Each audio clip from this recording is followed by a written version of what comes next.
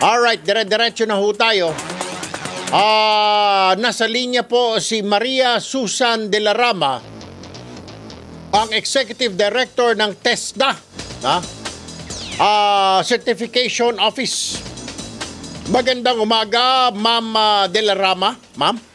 Magandang umaga, Erwin, at sa iyong mga tagapakinig. Nako, sobrang salamat, Ma'am, and it's an honor to have you in our program kahit sa telepono laang.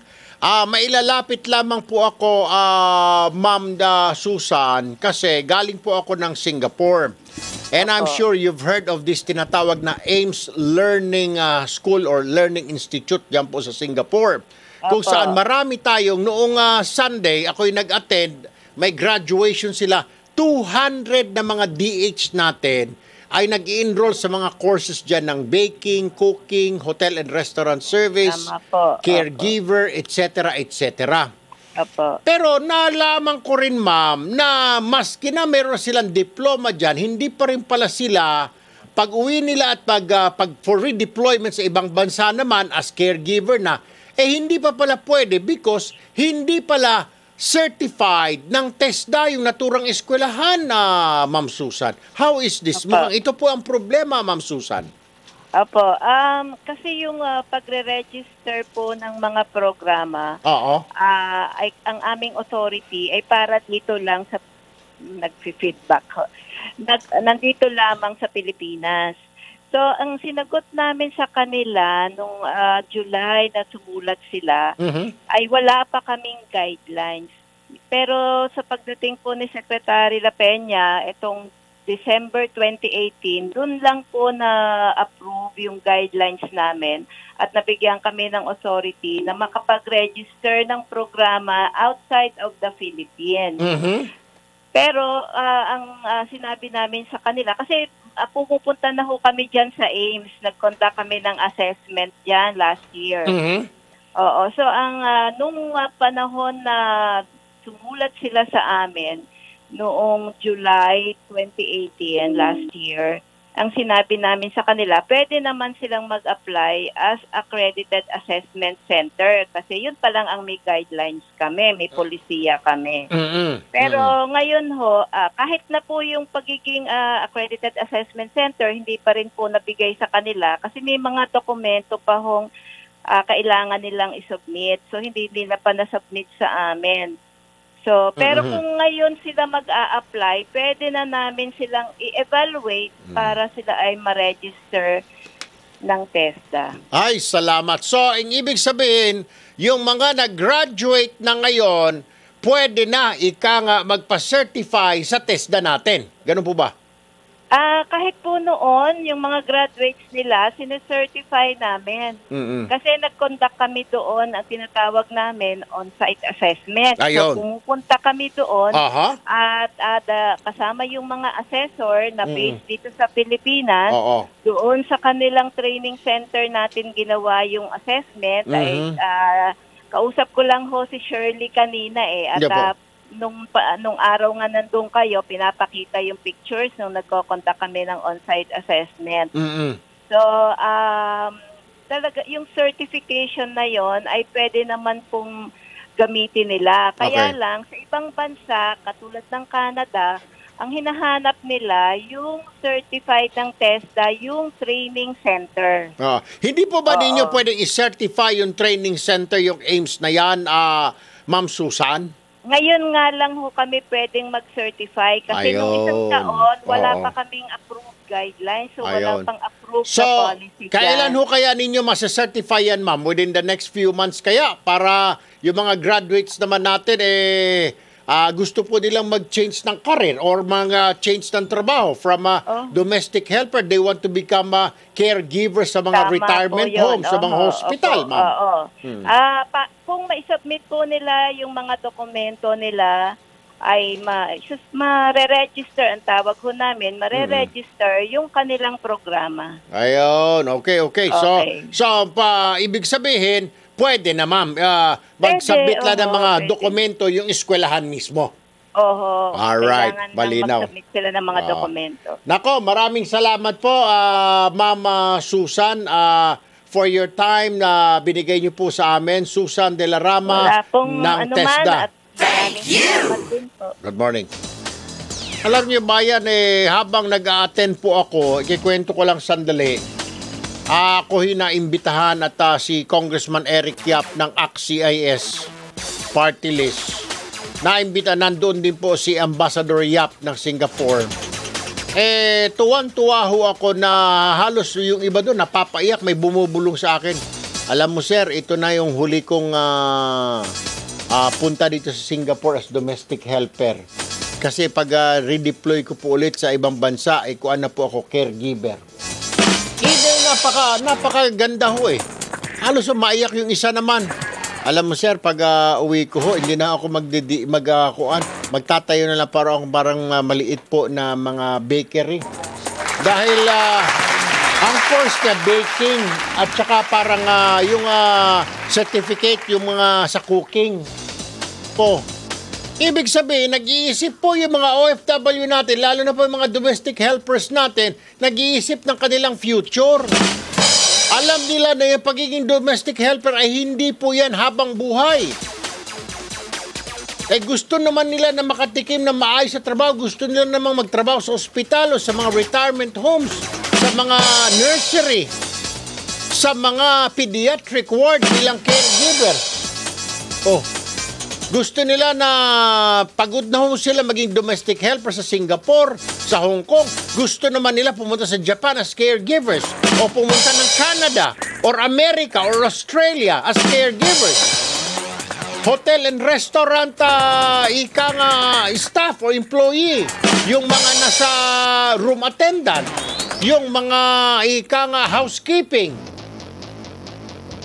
Ako'y saludo po, Doon po sa graduate nung linggo, saludo po ako sa inyo at maraming salamat. At nakakapag-aral lang sila pala, engineer. Every day off nila pag linggo. Sinakripisyo nila yun.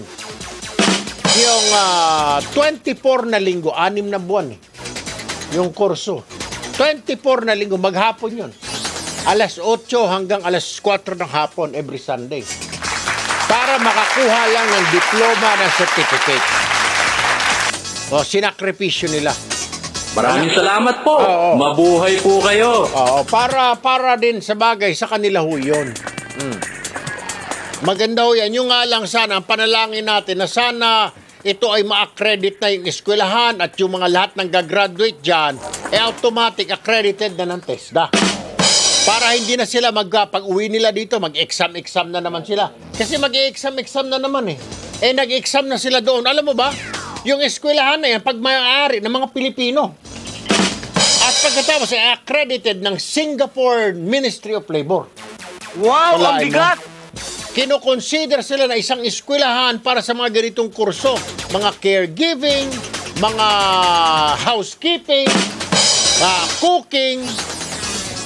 Nasa linya ng aming telepono itong idolo ko, si Secretary Silvestre Bello III ng Department of Labor and Employment. Maayong buntag kanimo, Secretary Bello, sir. Maayong buntag, Erwin, Congressman. Easy. Pastelan ng tao na. Dili, sir. Kung lang ako chairman of the board ng party list. Sa next time na, sir, magkita na lang ta sa 2022 sa Senado. Joke lang, sir. Joke lang. Dugulang ako. Sir, may lapit lang ako. Siguro nakakarating na ito sa concern mo. Itong Ames Learning Institute sa Singapore na pagmamay-ari ng Pilipino at ang mga teacher dito ay Filipinos, na yung mga domestic helper pala sa Singapore, nagpa-further study sila para mag-shift ng kanilang career o trabaho. Para mga domestic helpers, they want na maging caregiver sila o masa housekeeping housekeeping or cooking, baking. Ang problema, hindi pala accredited ng TESDA natin ito. Kaya pag uwi nila dito, bagamat meron na silang certificate from the said school na certified naman ng Singapore Ministry of Labor, pero ang TESDA natin hindi pa sinicertify yung school na ito. So, mag-i-examine na naman sila. Parang doble-doble na yung kanilang gagawin, Sec. May magagawa po ba ang dole? Actually, naikuan ko na yan, na-forward ko na yung message kanina. Erwin, Opo. ang dapat pong tanungin dyan si Secretary La Peña. Aha, okay.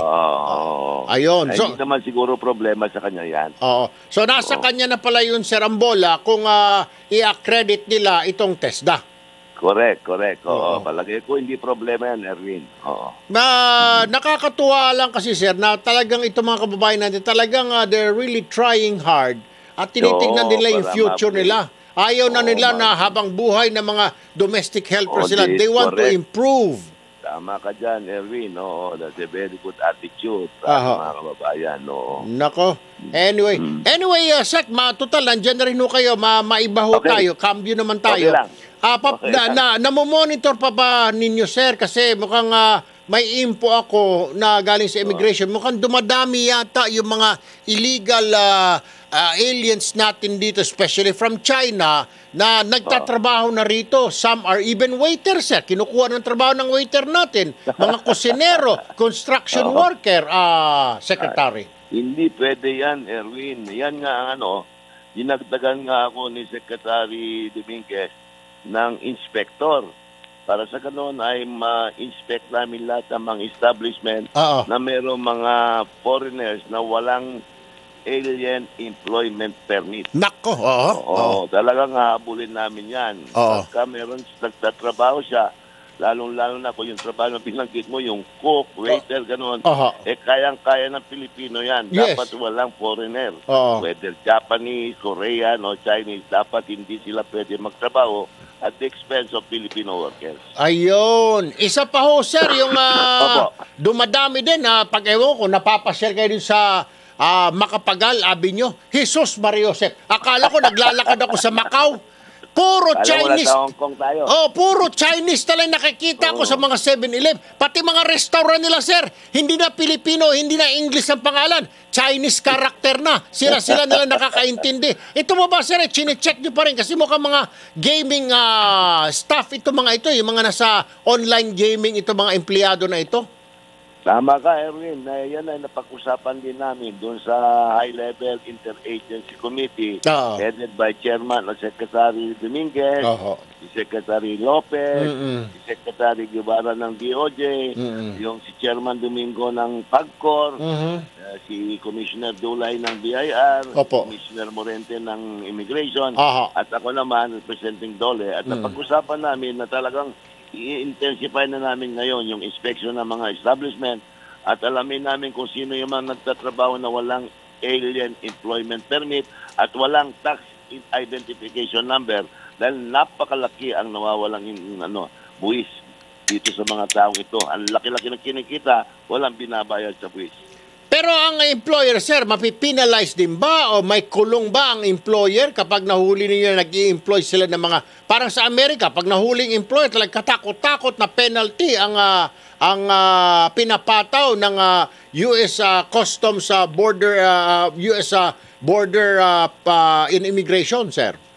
Sa ngayon kasi, Erwin, walang batas pa na nagpapataw ng kaparusahan. Ang pinakaano dyan, yung mga nagtatrabaho dito na walang permit, i-recommend lang namin sa immigration para i-deport o kaya i-blacklist. Kaya dapat siguro ng panibagong dagdag legislation na bigyan ng ngipin ang Department of Labor para kung may mga ganyan nagtatrabaho at nagpapatrabaho, bibigyan namin ng karapatang kaparusahan. Nako, salamat po, Secretary Silvestre Bello III ng Department of Labor. Sir, thank you for your time. Salamat Maliwanag din, po. Erwin. Maraming salamat sa tulong ninyo. Thank you po. Sa inyo, nalalaman namin ang nangyari mga kalukuhan. Thank you po. Good morning. Mabuhay po kayo. Thank you, Erwin. Maayong buntag.